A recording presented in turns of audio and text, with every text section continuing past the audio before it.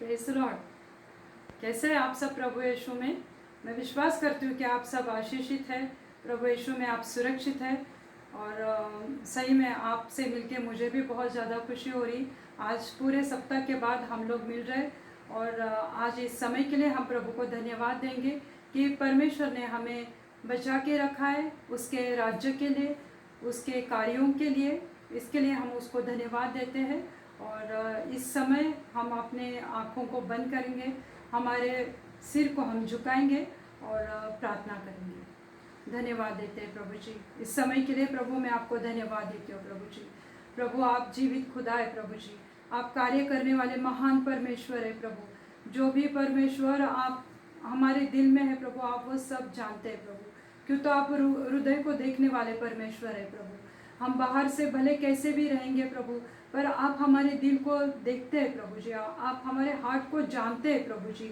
हमारे ख्याल कैसे हैं, हमारी सोच कैसे है प्रभु, आप सब जानते हैं प्रभु जी। इस वक्त मैं प्रार्थना करती हूँ जितने लोग आज इस वीडियो को देख रहे हैं प्रभु जी, जितने लोग अभी जुड़ रहे प्रभु, सबको प्रभु आपके पवित्र लहू से ढक देती हो प्रभु जी।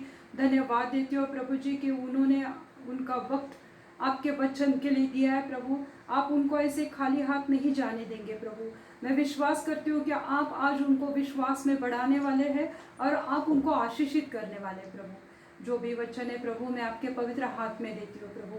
सबका ताबा लो प्रभु और पवित्र आत्मा के द्वारा प्रभु इस वचन को प्रभु सबके पास जाने दो प्रभु यीशु। मैं आपको धन्यवाद देती हूँ प्रभु यीशु, आपके नाम को ऊंचा उठाती हूँ, आपके पाक और जलाली नाम को मैं धन्यवाद देती हूँ प्रभु जी। आपकी महिमा हो प्रभु, आपकी स्तुति हो प्रभु जी। बस आप ही है हमारे जीवन के प्रभु जी। हम आप पे भरोसा करते हैं प्रभु, हम आप पर विश्वास करते हैं प्रभु जी। हम आपको धन्यवाद देते हैं। प्यारे यीशु मसीह के नाम से मांगती हूँ, आप इसे सुन। आमीन। पिछले 6 पार्ट्स में हमने देखा कि प्रभु यीशु मसीह की हमारे लिए क्या भली योजना है, क्या भला अभिप्राय है। फर्स्ट पार्ट में हमने जैसे देखा यिर्मयाह की किताब 29वां अध्याय और उसकी 11वीं आयत में हमने देखा ताकि उसके मन में हमारे लिए भली कल्पनाएं, वो हमारे भले के लिए, वो हमारे बुरे होने के लिए नहीं है। फिर हम लोग ऐसे प्रभु के जो भी हमारे लिए इच्छा है, जो भी योजना है, हम उसको दर बदर देखते गए। सेकेंड पार्ट में भी हमने देखा कि यशा की किताब भजन संहिता 40:2 में हमने देखा था कि प्रभु की जो भी संकल्प है, योजना है, गुड प्लान्स है हमारे लिए, तो वो हमें उसने ये प्लान है कि उसने हमें गड्ढे से, नाश के गड्ढे से निकाला और कीच से उसने हमें निकाला बाहर, दलदल के कीच से उसने हमें निकाला, उसने हमें अच्छे जीवन में लाया। और ये प्रभु की इच्छा थी हमारे लिए कि हम उसके राह पर चले। फिर तीसरे पार्ट में हमने देखा था यशा 49 उसकी 15 और 16वीं आयत में हमने देखा था कि एक दूध पिलाने वाली माँ अपने बच्चे को भूल सकती है और वो शायद अपने बच्चे को भूल सकती, भले वो बच्चे का बहुत ख्याल रखती क्योंकि तो बहुत छोटा सा नन्हा सा बच्चा रहता है। फिर भी प्रभु का वचन कहता है कि एक टाइम पे वो अपने बच्चे को भूल सकती, पर मैं तुम्हें कभी नहीं भूलूंगा। तो ये वचन मेरे दिल में सही में घर कर गया कि प्रभु की हमारे लिए कितनी अच्छी योजना है, कि वो हमारे लिए कितना सोचता है, कि वो हमें कभी नहीं भूलने वाला परमेश्वर है। फिर हमने देखा कि उसने हमारा नाम या हमारा चित्र अपने हथेली पे खोद के रखा है, ये भी हमने देखा था। फिर चौथे भाग में हमने देखा था रोमी की पत्री 8वां अध्याय 32वां वचन में हमने देखा था कि पिता ने अपने पुत्र को उसके लिए नहीं रखा तो हमारे लिए दे दिया। इतना बड़ा बलिदान पिता ने किया और पुत्र ने भी किया। फिर 5वें पार्ट में हमने देखा था इफिसियों के पत्री उसका 1 अध्याय 4 और 5वें आयत में हमने देखा था कि उसने हमें चुन लिया है। हमने प्रभु को नहीं चुना है, तो उसने हमें चुन लिया और शुद्ध और पवित्र ठहरा है। जब वो दूसरी बार हमें लेने के लिए आने वाला है तो उस वक्त के लिए हमें उसने शुद्ध और पवित्र ठहराया है और उसने हमें ले पालो, हमें गोद लिया है, उसके स्वर्ग के राज्य के वारिस उसने हमें बनाया है उसके खून के द्वारा, उसके पवित्र शरीर के द्वारा जो तोड़ा गया, उसके द्वारा हमारा स्वर्ग में जाना संभव हो पाया, हमारा पिता के साथ मेल मिलाप हो पाया। तो ये भी प्रभु की बहुत अच्छी योजना जो हमारे लिए थी। फिर हमने 6वें पार्ट में देखा था कि परमेश्वर ने 2 पत्रस 3:9 के हिसाब से हमने देखा था कि प्रभु की जो भी प्रतिज्ञाएं हैं, जो भी इच्छाएं हैं, तो वो हमारे लिए पूर्ण करने की है। कभी देर हो सकती है, प्रभु हमारे प्रार्थना का जवाब देने वाला परमेश्वर है, वो देर हो सकती है, वो धीरज से हमारे ये सब बातों को सहन करता है, क्यों तो हम निराश होते हो जाते तुरंत, परंतु परमेश्वर कभी देर नहीं करता। वो अपने हिसाब से अपने वक्त पे हमारे प्रार्थना का जवाब वो देता है, और उसने हमें वक्त दिया है कि हम लोग मन फिराए। ये भी प्रभु की बहुत बड़ी योजना है, संकल्प है हमारे जीवन के लिए, गुड प्लान है। ये तो हमने 6 भागों में सब देख लिया।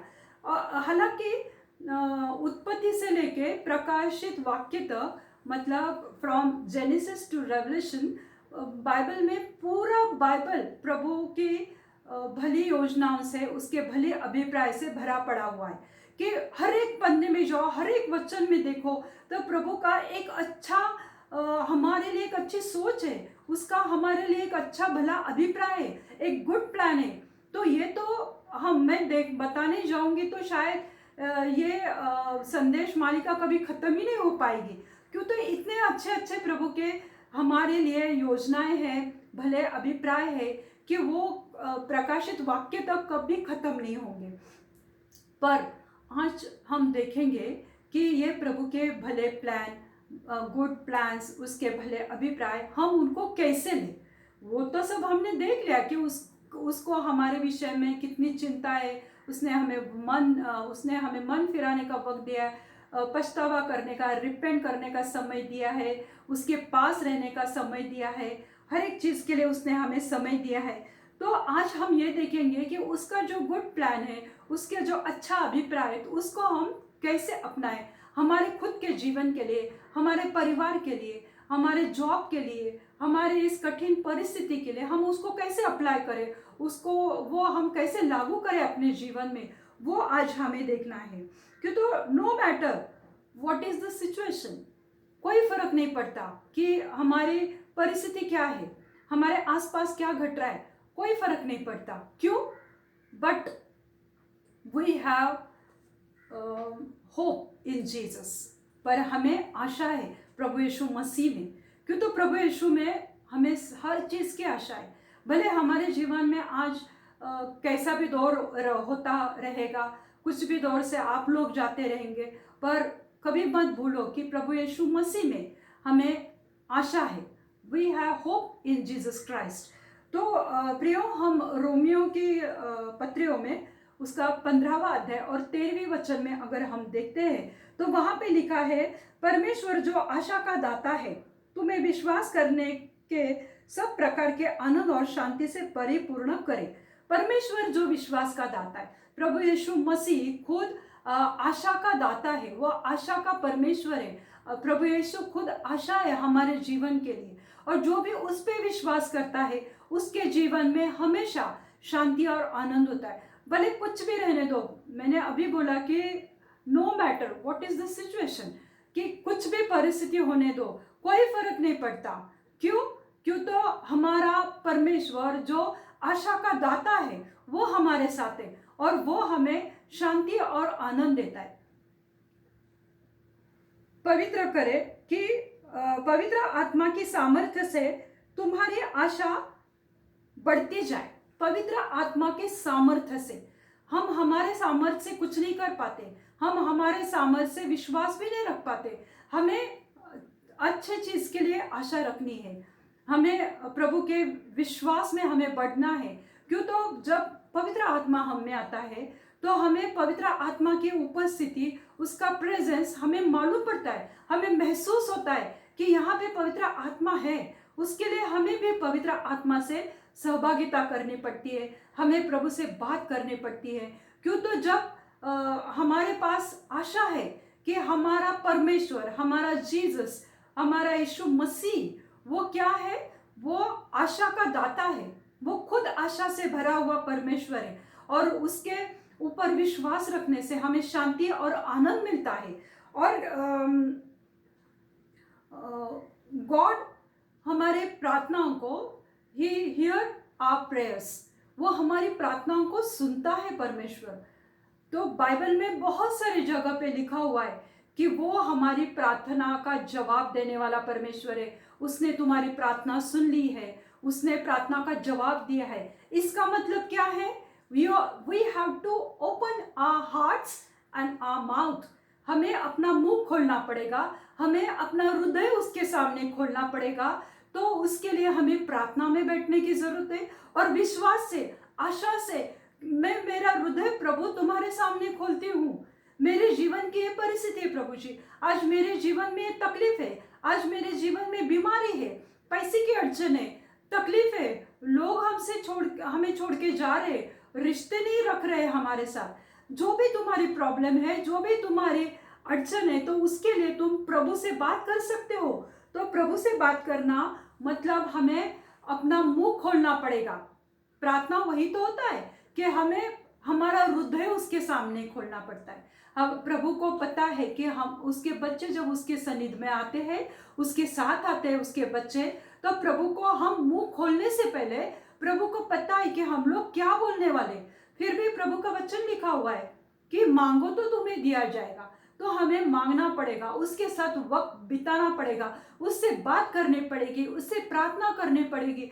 और प्रार्थना भी कैसे? विश्वास से, आशा से भरी हुई प्रार्थना होनी चाहिए। ऐसा नहीं कि प्रार्थना तो किया है, अभी देखते क्या हो जाता है, ऐसा नहीं है मेरे प्रियो। हमें जो चीज दिखाई नहीं देती है पर वो है, इस तरह से हमें विश्वास रख के प्रार्थना करनी है।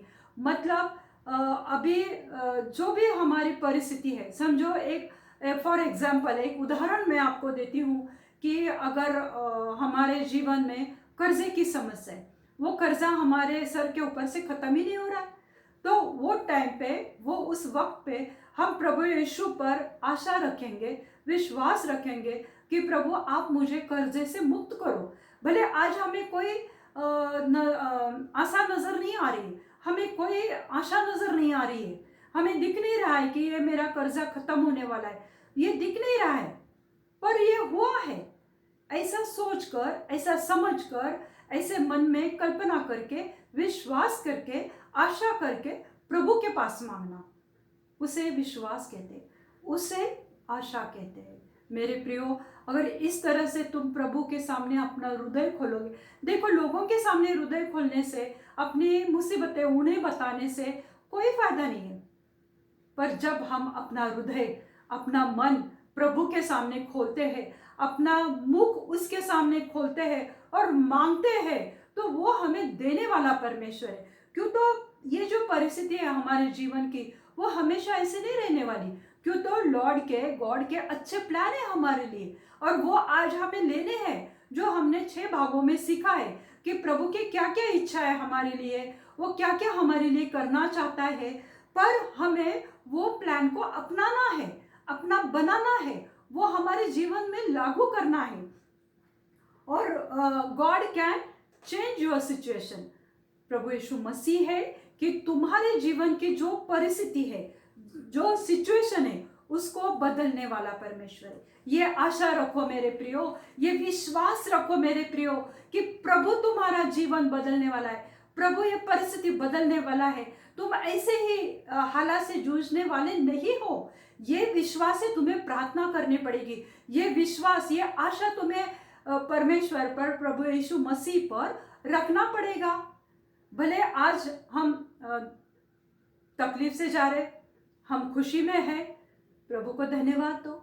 हम अच्छी परिस्थिति में है, ऐसे बीमार परिस्थिति में हम है, फिर भी हम भले चंगे हैं, प्रभु को धन्यवाद दो। मतलब हमें अपना मुंह प्रभु के सामने खोलना पड़ेगा, हमें अपना हृदय प्रभु के सामने खोलना पड़ेगा, हमें प्रार्थना करनी पड़ेगी।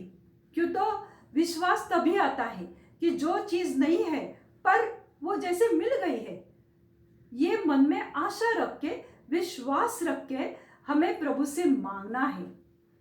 तो ये चीज हमें प्रभु देने वाला है, ये हमारा विश्वास होना चाहिए। अभी रोमियो के पत्री में 4 अध्याय और 18वीं आयत में अगर हम देखते हैं तो उसने निराशा में भी आशा रखकर विश्वास किया, इसलिए कि उस वचन के अनुसार कि तेरा वंश ऐसा होगा, वह बहुत सी जातियों का पिता होगा। ये किसके विषय में कहा गया है? ये अब्राहम के विषय में कहा गया है। अब्राहम को यहोवा पिता ने अभिवचन दिया था, उसको एक प्रॉमिस किया था, उसको प्रभु ने कहा था कि मैं तुम्हारा वंश ऐसा होगा। कैसा होगा तुम्हारा वंश? वह बहुत सी जातियों का पिता होगा, मतलब तुम्हारे इतने बाल बच्चे होंगे कि बहुत से जातियों का, बहुत से राष्ट्रों का तुम पिता कहलाओगे। अब्राहम को प्रभु ने कहा था। उस वक्त हमने शुरू में पढ़ा है कि उसने निराशा में भी आशा रखकर विश्वास किया। उसके पास तब निराशा थी। क्यों तो उसका एज, उसका उम्र, उसकी उम्र क्या थी? वो 100 साल का था, 99 ईयर्स का था। 100 साल, 99 ईयर्स, बहुत बूढ़ा था वो। और उसकी बीवी सारा, वो 90 साल की थी। उस वक्त उसे पता था कि इसके गर्भ में कमजोरी है, इसका गर्भ मरा हुआ है, और उसके शरीर की भी हालत उसको पता थी। क्यों तो वो अब्राहम 100 साल का था। तो उस वक्त उसके मन में कहीं तो निराशा थी कि हालात तो वो दिखा रहे थे कि सारा का धर्म मासिक बंद हुआ है, और वो अभी मतलब प्रेगनेंसी के कोई आसार नजर नहीं आ रहे थे, कोई चिन्ह नहीं था, कोई मतलब नहीं था कि वो प्रेगनेंसी कर पाएगी या बच्चे को जन्म दे पाएगी। ऐसी उसकी भी हालत नहीं थी, ना अब्राहम की हालत थी। वो इस तरह से वो थोड़ा सा निराश हुआ होगा अपने बीवी के गर्भ की मृतावस्था को देखकर, खुद के शरीर की मृतावस्था को देखकर। पर उसको पता था कि मुर्दों को जिलाने वाला परमेश्वर है। आज भले मेरा शरीर मुर्दा हुआ है, मेरे बीवी का गर्भ मुर्दा है, पर उसको जिलाने वाला मेरा पिता है, मेरा यहोवा है, जो उसने मुझे ये वचन दिया है। तो उसने वो निराशा की स्थिति में विश्वास किया। मेरे प्रियो, तो आज तुम लोगों को भी विश्वास करना पड़ेगा कि जो भी तुम्हारी हालत है, जो भी तुम्हारी समस्या है, तो जो अभी वो मुर्दा दिखाई दे रही है, पर मेरे प्रियो तुम विश्वास करो, उसको जिलाने वाला मेरा खुदा है, तुम्हारा जीवित परमेश्वर प्रभु यीशु मसीह है। क्यों तो प्रभु यीशु मसीह भी मुर्दों में से जिलाया गया हमारे लिए, तुम्हारे लिए, पूरे जग के लिए मुर्दों में से उसको जिलाया गया। इतना बड़ा विश्वास अब्राहम ने रखा, इसलिए अब्राहम को विश्वास का पिता कहा जाता है। आज हमें अब्राहम की संतान कहा जाती है। हम कहाँ भारत में रहने वाले, वो कहाँ इस्राएल में रहने वाले लोग, पर आज हमें अब्राहम की संतान कहा जाता है। वो पूरे विश्व का पिता हुआ। क्यों तो उसने उसकी निराशा में आशा रखा, उसकी निराशा में उसने विश्वास रखा परमेश्वर के वचन पे कि मेरी संतान इतनी बड़ी होगी, इतनी बड़ी कि मैं पूरे राष्ट्र समूहों का पिता बनूंगा। एक राष्ट्र नहीं, 2 राष्ट्र, तो पूरे राष्ट्र समूह, मतलब ग्रुप, बहुत बड़े राष्ट्रों का, उसका मैं पिता कहलाऊंगा। ये विश्वास अब्राहम ने रखा था। और अगर रोमियो की पत्री में 4 अध्याय और 2 आयत में हम देखते हैं, क्योंकि यदि अब्राहम कामों से धर्मी ठहराया जाता तो उससे घमंड करने की जगह होती, अगर उसके भले काम से। क्यों तो वो एक भला आदमी था, उसने हमेशा परमेश्वर पे विश्वास रखा। यहोवा परमेश्वर पिता उससे हमेशा बात करता था। वो एक धर्मी इंसान था। जैसे अब्राहम को पिता ने कहा कि तुम ये शहर छोड़ के यहाँ से निकलो, वो तुरंत निकल पड़ा। क्यों तो उसका विश्वास था। आज हमारे बसे बसाई जगह से कोई कहता है कि तुम यहाँ से जाके दूसरी जगह जाओ, तो हम 100 बार सोचेंगे, पर अब्राहम ने सोचा नहीं, वो निकल पड़ा। तो ये उसका विश्वास था। पर मैंने ये देखा और मुझे प्रभु ने ये दिखाया कि अब्राहम को इसहाक हुआ तो वो जब 100 साल का था, परमेश्वर ने उसको अभिवचन दिया और वो अभिवचन पूरा होने में काफ़ी समय गुजर गया, काफ़ी साल गुजर गए मेरे प्रियो, पर परमेश्वर ने वो अभिवचन उसके जीवन में पूरा किया। पर जब वो जवान था, जब सारा जवान थी, सारा तो शुरू से बांझ थी, उसको तो बच्चे नहीं होने वाले थे। वो जब जवान थे दोनों, उस वक्त उनको बच्चा नहीं हुआ। भले उसकी दासी से उसको हुआ इश्माइल, पर उसके शादी उसकी हुई पत्नी से उसको कोई बच्चा नहीं था। पर प्रभु ने उसको जब वो जवान था तब नहीं दिया। शायद वो घमंड करता था अपने ऊपर, अपने भले कामों पर, अपने विश्वास पर, प्रभु की और उसकी संगति पर। तो अगर वो उसी वक्त उसको इसहाक होता था तो कोई बड़ी बात नहीं होती थी।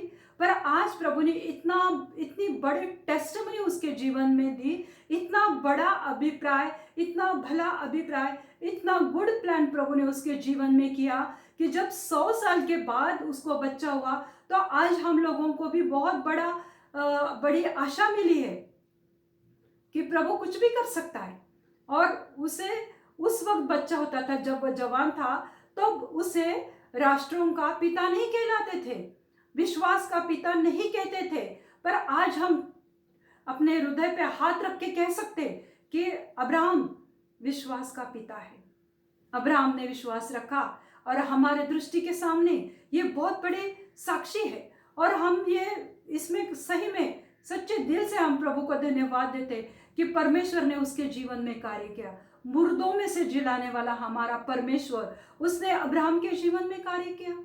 वैसे विश्वास को ही देखा जाए तो बाइबल में बहुत सारे उदाहरण हैं, जैसे कि हनोक को परमेश्वर ने मृत्यु का अनुभव नहीं होने दिया, परमेश्वर ने उसको जीवित ही ऊपर उठा लिया। ऐसे बहुत जगह है। जैसे पिछली बार हमने अय्यूब का देखा था, अय्यूब की तो ऐसी हालत थी, उसका शरीर पूरी तरह से फोड़ों से भरा हुआ था, उसमें से उसके मांस भी ऐसा गिरता था, इतने बुरी हालत में वो था। पर उसने विश्वास नहीं छोड़ा परमेश्वर पे। और जब उसने परमेश्वर पे विश्वास नहीं छोड़ा, परमेश्वर ने देखा उसका विश्वास, उसकी आशा, तो परमेश्वर ने उसको दुगना दिया सब चीजें। ये हमने पिछली बार देखा था। और अब्राहम को अगर उसके यंग एज में, उसके जवानी में अगर बच्चा मिलता था इसहाक, तो कोई बड़ी बात नहीं होती थी। पर आज प्रभु ने ये कार्य किया उसके जीवन में। प्रभु ने हमें दिखाया कि भले सारा उसका गर्भ मुर्दा हो गया था, अब्राहम का शरीर मुर्दा हुआ था, निराशा थी, पर विश्वास था। निराशा में प्रभु ने एक आशा जगाई। आज वही पवित्र आत्मा आपसे बात करना चाहता है। वही पवित्र आत्मा आपको कहना चाहता है कि मेरे प्रियो, तुम जो भी परिस्थिति में हो, भले अच्छे हो बुरे हो, पर प्रभु के साथ समय दो, प्रभु को वक्त दो, प्रभु के साथ बैठो, उसके उपस्थिति में बैठो, उसके साथ सहभागिता करो, अपना मुंह खोलो, अपना हृदय उसके सामने रखो। वो आपके जीवन में कार्य करने वाला है। तो जो प्रभु ने अभिप्राय हमारे लिए रखे, जो परमेश्वर ने हमारे लिए, जीसस ने अच्छे प्लान्स रखे, तो उसको हमें लेना है, हमें विश्वास रखना है। अगर प्रभु कहता है कि मैं मुर्दों में से जिलाने वाला हूं, तो तुम्हारे जीवन की जो भी मुर्दा परिस्थिति है उसको प्रभु के हाथ में दो। निराश मत रहो मेरे प्रियो, डिप्रेशन में मत जाओ मेरे प्रियो। ये मत सोचो कि मैं किसके साथ मेरे बातें बांटूं। कोई जरूरत नहीं किसी के साथ अपने बातें बांटने की, शेयर करने की। प्रभु है हमारे साथ, पवित्र आत्मा हमारे साथ है। जब हम उसके सहभागिता में आते हैं, उसके उपस्थिति में आते हैं, तो प्रभु का पवित्र आत्मा हमारे जीवन में कार्य करता है, हमें विश्वास दिलाता है कि मैं तुम्हारे साथ हूं। क्यों तो प्रभु का वचन कहता है, जहां 2 या 3 मेरे नाम से इकट्ठा है, वहां पर मैं हूं। जो भी आज तुम्हारे फैमिली की प्रॉब्लम है, ऐसा लगता है कि कई साल से अगर तुम्हारे फैमिली में कोई बीमार है, कई साल से तुम्हारे पेमेंट में बढ़ोतरी नहीं हो रही है, आज के हालत में ऐसा लगता है कि हमें प्रमोशन नहीं मिलेगा, पर ऐसे मुर्दा चीजों में, ऐसे मुर्दा हुए परिस्थिति में प्रभु तुम्हारी परिस्थिति बदलने वाला है। ये रहता है गुड प्लान को अपनाना, उसको अपना बनाने का, कि प्रभु मेरे लिए करने वाला है। ये विश्वास रखना है हमें, ये आशा हमें रखनी है कि अभी ये परिस्थिति में मुझे प्रमोशन नहीं मिलने वाला, पर हम अगर परमेश्वर पे विश्वास करते हैं, प्रभु यीशु पर हम विश्वास करते हैं, तो प्रमोशन निश्चित है, तुम्हारा जॉब तुम्हारी निश्चित है। अगर प्रभु पर विश्वास करते हो, गुड प्लान पर विश्वास करते हो, जो मैंने 6 भाग में सिखाया उस पे विश्वास करते हो, आज तुम्हारे घर में जो भी बीमार है, चारपाई पे पड़ा हुआ है, मुर्दा अवस्था में, उसको जिलाने वाला परमेश्वर है, प्रभु यीशु मसीह है।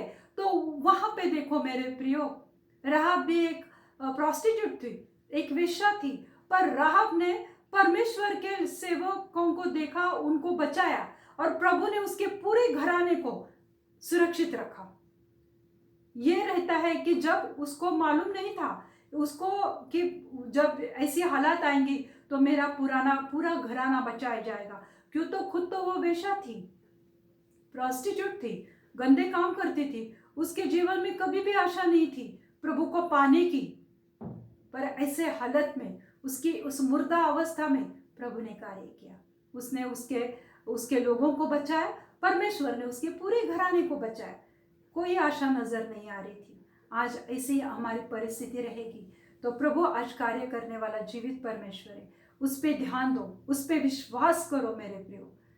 आज मैंने जो भी हमने 6 भाग में देखा, आज तुम्हें कोई भी पापी कहता है, पर वचन कह रहा है कि मैं तुम्हें निर्दोष और पवित्र ठहराऊंगा। इस वचन को अपनाओ कि मैं पवित्र हूँ, मैं निर्दोष हूँ, मैं प्रभु यीशु का ले पालक बच्चा हूँ, मैं स्वर्ग का अधिकारी हूँ, मैं स्वर्ग में रहने वाला हूँ पिता के साथ, यीशु मसीह के साथ।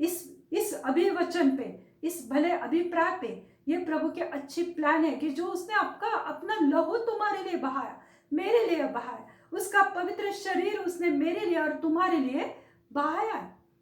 तो हमें ये भले अभिप्राय पे विश्वास करना है और हमें ये उसके गुड प्लान्स को अपनाना है कि तो मेरे प्रियो, ये परिस्थिति हमेशा ऐसी नहीं रहने वाली। आज ये वचनों पर प्रियो विश्वास करो, जो भी प्रभु के गुड प्लान्स है, जो भी प्रभु की अच्छी योजनाएं हमारे लिए है, उस पर विश्वास करो। और आज हम मेरे प्रियो आंखें बंद करेंगे, विश्वास से प्रभु को देखेंगे।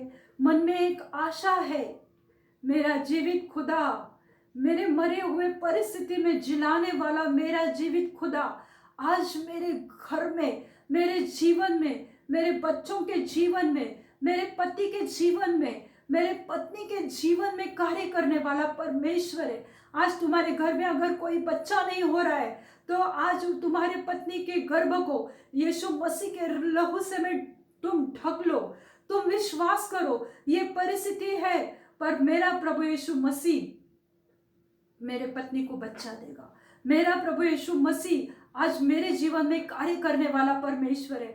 आज मेरे प्रियो तुम विश्वास करो। आज कोई बीमार है, आज कोई कैंसर की बीमारी है, टीबी की बीमारी है, पैरालिसिस से कोई बीमार होके बिस्तर पे पड़ा है, पर आज प्रभु यीशु मसीह तुम्हें छू रहा है। हर एक कैंसर के आत्मा को मैं डांटती हूँ यीशु मसीह के नाम से, हर एक हड्डियों की बीमारी को मैं डांटती हूँ यीशु मसीह के नाम से, हर एक शरीर की कमजोरी को मैं डांटती हूँ यीशु मसीह के नाम से, बुखार, खांसी, तकलीफ को मैं डांटती हूँ यीशु मसीह के नाम से। प्रभु जी आप जीवित करने वाले परमेश्वर है, जीवन देने वाले परमेश्वर है। आज आप हर एक के जीवन में कार्य करो मेरे जीवित खुदा। आज जितने लोग हैं प्रभु, आज कोई भाई बहन है कि जिनकी शादी नहीं हो रही प्रभु, उन्हें अच्छे लाइफ पार्टनर से आप आशीषित करो प्रभु जी। प्रभु जी मैं आज प्रार्थना करती हूँ प्रभु जी कि जिनके संबंध खराब हुए हैं प्रभु जी, वह संबंध आप रिस्टोर करो प्रभु जी, पुनर्रचना करो प्रभु उसकी। प्रभु मैं आज प्रार्थना करती हूँ प्रभु जी कि जो भी निराशा में पड़ा है प्रभु, आज इस वचन से प्रभु उसके जीवन में आशा आनी पाए प्रभु। प्रभु जो भी विश्वास में कमजोर हुआ है प्रभु, आज उसके विश्वास में बढ़ोतरी करो प्रभु आज के वचन के द्वारा प्रभु जी। प्रभु जी मैं आज प्रार्थना करती हूँ प्रभु जी कि जो भी संकट में है प्रभु, उनको वहां से बाहर निकालो प्रभु जी। जो भी आज पाप के गड्ढे में पड़ा हुआ है प्रभु जी, आप उनको वहां से बाहर निकालो प्रभु। हर एक शराब की लत को, हर एक सिगरेट की लत को, तंबाकू के लत को मैं डांटती हूँ यीशु मसीह के नाम से। आज इसी वक्त छोड़ के जाए इन लोगों के जीवन से प्रभु उनका जीवन आपके पवित्र हाथ में देती हूँ प्रभु। आप उनके जीवन को संभालो प्रभु, उन्हें प्रभु जी आप आशीषित करो प्रभु, उन्हें चंगाई से भरो प्रभु। आज का वचन जैसे कह रहा था प्रभु कि आप शांति और आनंद देने वाले परमेश्वर है प्रभु। आज इसी वक्त प्रभु लोगों के जीवन में, उनके हृदय में प्रभु आपका आनंद आने दो प्रभु, आपकी खुशी उनके जीवन में आने दो प्रभु, आपके अगापे शांति से उनको भर दो मेरे जीसस, मेरे जीवित खुदा। आप उनके जीवन में कार्य करो प्रभु जी। आप प्रार्थना सुनने वाले परमेश्वर है प्रभु जी। आज अगर कोई रो रहा है प्रभु जी अपने अपने परिस्थिति के लिए प्रभु, अपने कर्जे के लिए, अपने हालात के लिए प्रभु जी, आप उनके आंसू पहुंचने वाले परमेश्वर है प्रभु। आप हर एक के आंसू बोतल में भर के रखे हुए हैं प्रभु जी। आज आपने कार्य किया है मेरे जीवित खुदा। मैं विश्वास करती हूँ प्रभु जी, मैं विश्वास करती हूँ प्रभु जी कि आपने हर एक बीमारी से लोगों को चंगाई से भरा है प्रभु जी। मैं धन्यवाद देती हूँ प्रभु जी, मैं धन्यवाद देती हूँ मेरे प्यारे खुदा। मैं आपके नाम को ऊंचा उठाती हूँ यीशु मसीह, आपको धन्यवाद देती हूँ यीशु मसीह कि आपने आज कार्य किया है प्रभु जी। आपकी महिमा हो, आपके नाम की महिमा हो। सब विनती प्यारे यीशु मसीह के पवित्र और जलाली नाम से मैं मांगती हूँ। आप इसे सुनिए और दया से कबूल कीजिए। आमीन। Thank you.